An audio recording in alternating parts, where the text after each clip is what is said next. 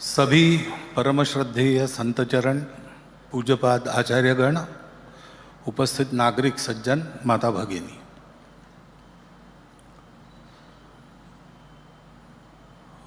आज मुझे बड़ा हर्ष हो रहा है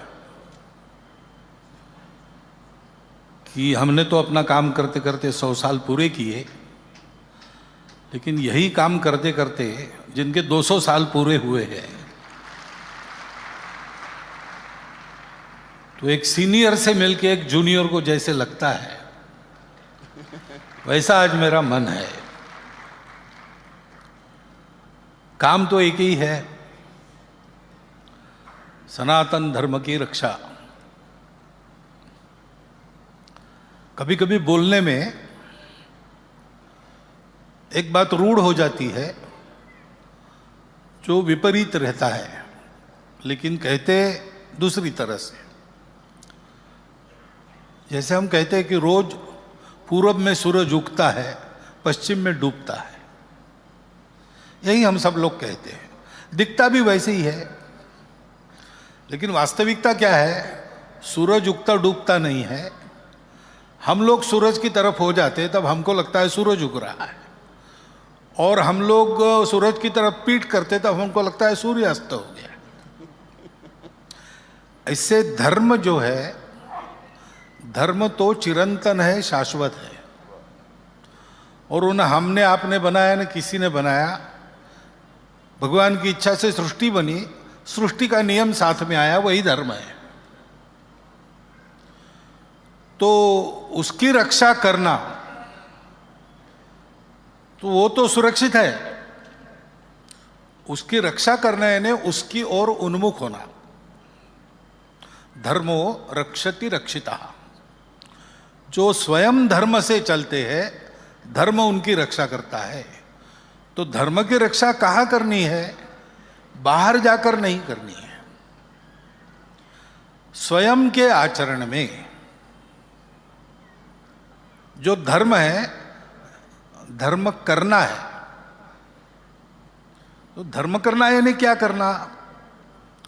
तो धर्म तो जोड़ता है, और जोड़कर सबको एक साथ उन्नत करता है। धर्म को यही कहा है, धारणात् धर्म इत्याहु धर्मो धारयते प्रजा। जितना कुछ बना है, जात हुआ है, जन्म हुआ है, वो सब उसकी धारणा करना, अंग्रेजी में कहते हैं सस्टेन करना, वो धर्म करता है। और इसलिए वो जोड़ता है, बिखरने नहीं देता।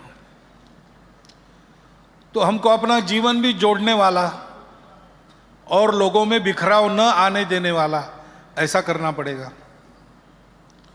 प्रारंभ स्वयं से करना पड़ेगा। मेरा शरीर, मेरा मन, मेरी बुद्धि, ये एक साथ चलते हैं कि नहीं? कई बार हम लोग बात करते हैं, बाद में फिर हो हल्ला होता है, तो हमको कहना पड़ता है नहीं, मुझे मेरे कहने का वो अर्थ नहीं था। वो अर्थ नहीं था तो कैसे कहा, क्यों कहा? तो इसका मतलब है कि विचार जो किया वो उसके साथ शब्दों का समन्वय नहीं है। तो इन तीनों को साथ में चलाना है, तो समन्वय का तत्व है आत्मा। आत्मानम रथिनम विद्धि, वो रथ का मालिक है।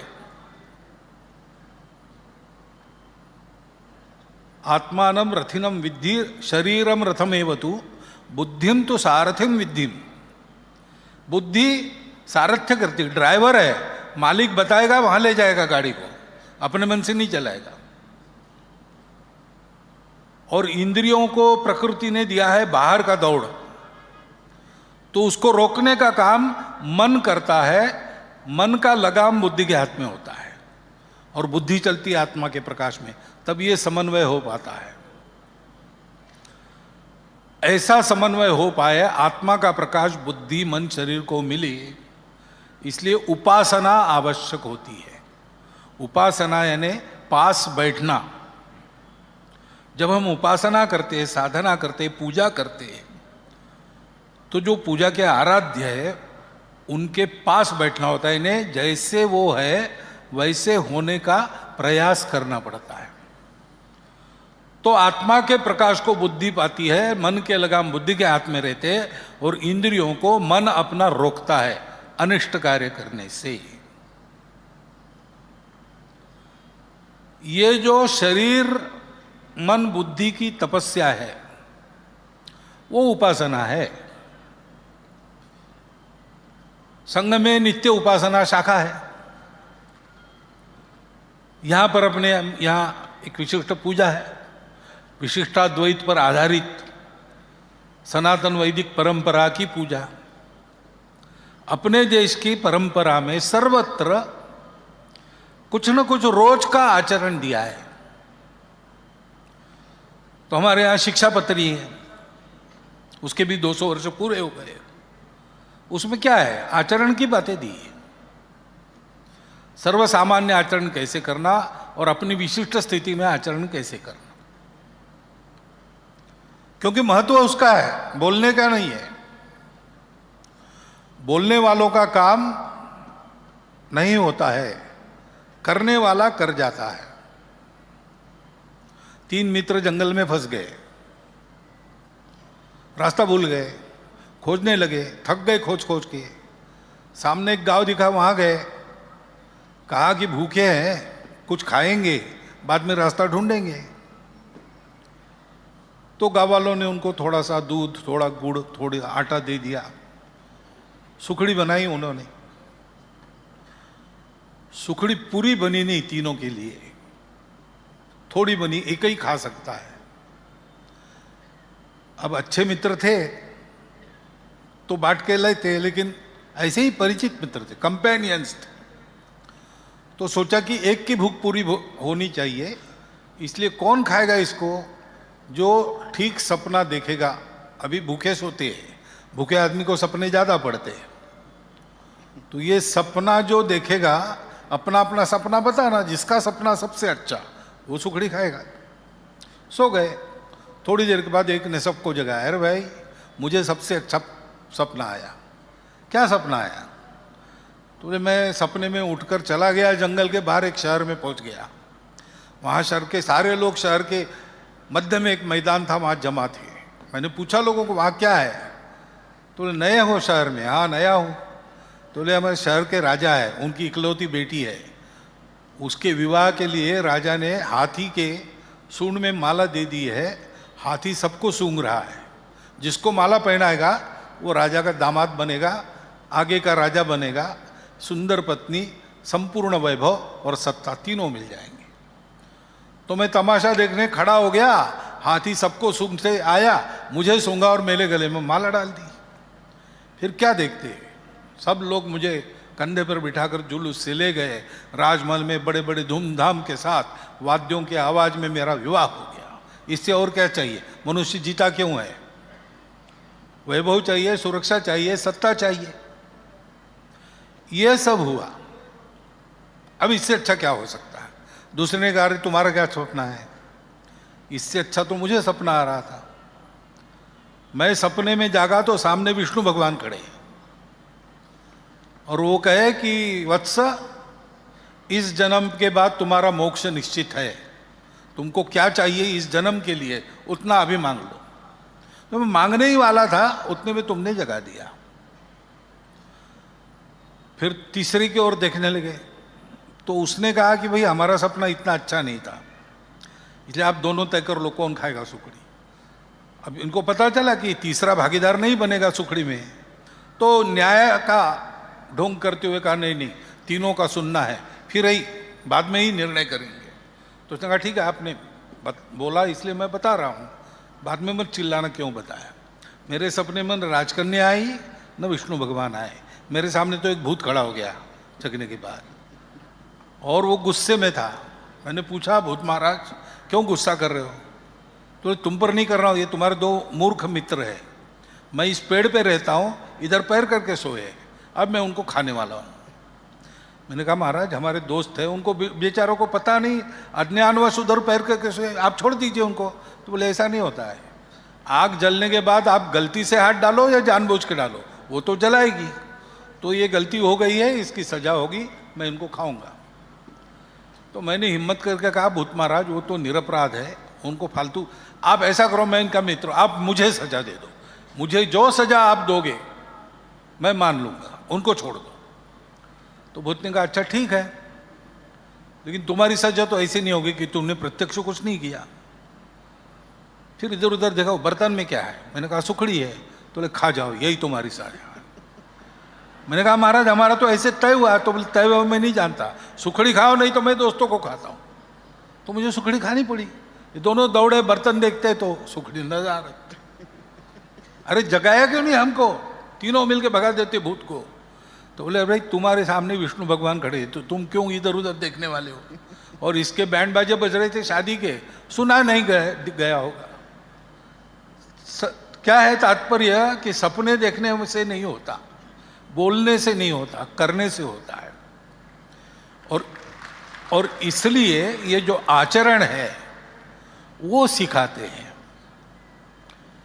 उस पर ध्यान पूर्वक चलना चाहिए। धर्म की रक्षा धर्म के पालन से हमें ही करनी है, और धर्म का काम है जोड़ना और उन्नत करना। उन्नत करने के लिए आदत चाहिए। अच्छी बातें हम सबको पता है, और हम बुद्धि से भी उसको सम्मति देते हैं, और मन भी करता है कि मैं, हर आदमी सोचता है कि मैं भगत सिंह बनूं, मैं चंद्रशेखर आजाद बनूं, मैं विवेकानंद बनूं, कोई मैं दाऊद इब्राहिम बनूं, ऐसे नहीं सोचता है। लेकिन सोचकर कर पाना, उसके लिए आदत करनी पड़ती है, प्रैक्टिस करनी पड़ती है। वो आचरण हमको दिया है, उस पर ठीक से चलना चाहिए, उधर ध्यान होना चाहिए। परिस्थितियां हैं, बहुत सारी परिस्थितियां हैं, लेकिन परिस्थिति तो आती जाती रहती है, बदलने वाली बात है।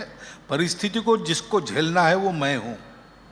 मैं अगर ठीक रहूंगा तो आने जाने वाली परिस्थिति आएगी चली जाएगी, मैं उसका मुकाबला कर सकूंगा। और इसलिए उस आचरण को ठीक रखना चाहिए।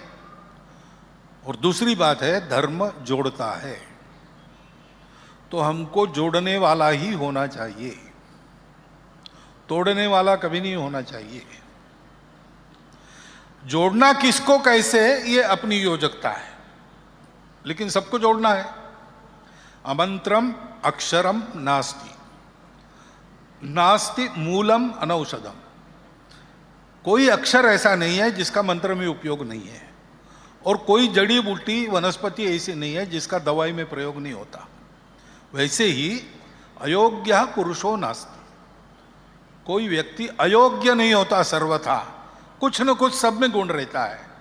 योजक तत्र दुर्लभ, योजक चाहिए। भगवान योजना करते हैं। काला यवन आया, मैदान में जितना संभव नहीं था, आमने सामने जितना संभव नहीं था, भगवान भाग गए, वो भी पीछे भागा।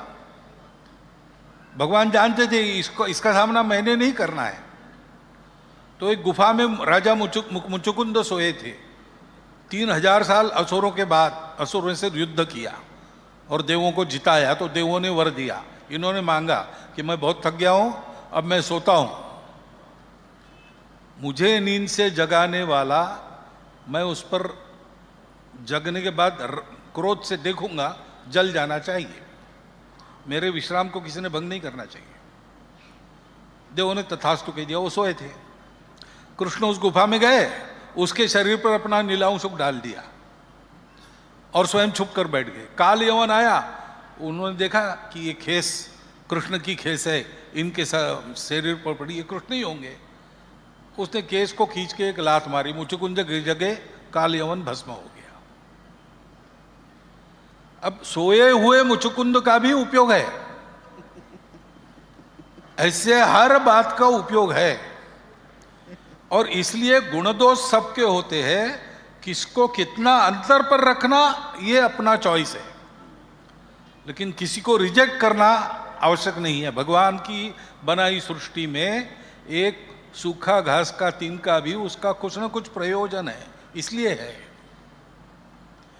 ऐसा भाव रखकर सबको अपनाना, मन में ये भाव रखना अपनेपन का, इसको कहते हैं सामाजिक समरसता। सब भगवान के बनाए हैं, ऊंच नीच कहां से आ गया भाई? जाति वर्ण की व्यवस्थाएं रही होगी, भेद कहां से आ गया? व्यवस्था भेद के लिए नहीं होती है। जिस व्यवस्था में भेद घुस जाता है वो धर्म का, समाज का नुकसान करती है। और इसलिए इन सब बातों को लेकर चलना पड़ेगा अपने समाज को, तब सनातन धर्म का आचरण हम करेंगे। धर्म की रक्षा अपने आप होती है। धर्म ग्रंथों में है क्या? धर्म भाषणों में है क्या? धर्म कल्पना में? धर्म है आचरण में। आचारः प्रभवो धर्मा। धर्म और संस्कृति की रक्षा करनी है तो धर्मी और सांस्कृतिक उनकी रक्षा करो, और रक्षा जुड़ने से होती है। शक्ति उससे उत्पन्न होती है। संघे शक्ति कलौ युगे, ऐसा कहते हैं। जुड़ना है तो मन में अपनापन चाहिए, मन में समरसता चाहिए।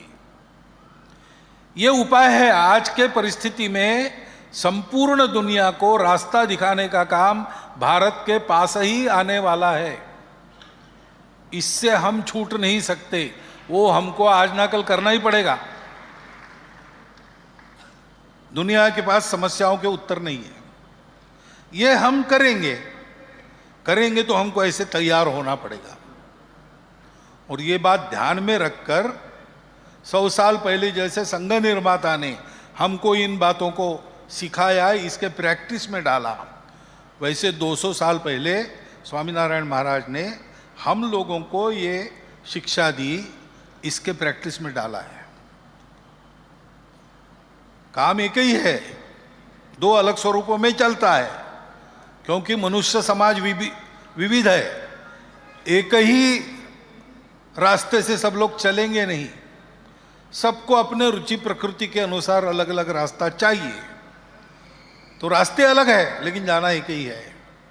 यह समझकर अपने अपने रास्ते पर श्रद्धा से चलना, और रास्तों को लेकर आपस में बंटना नहीं, एक दूसरे को पूरक बन के चलना।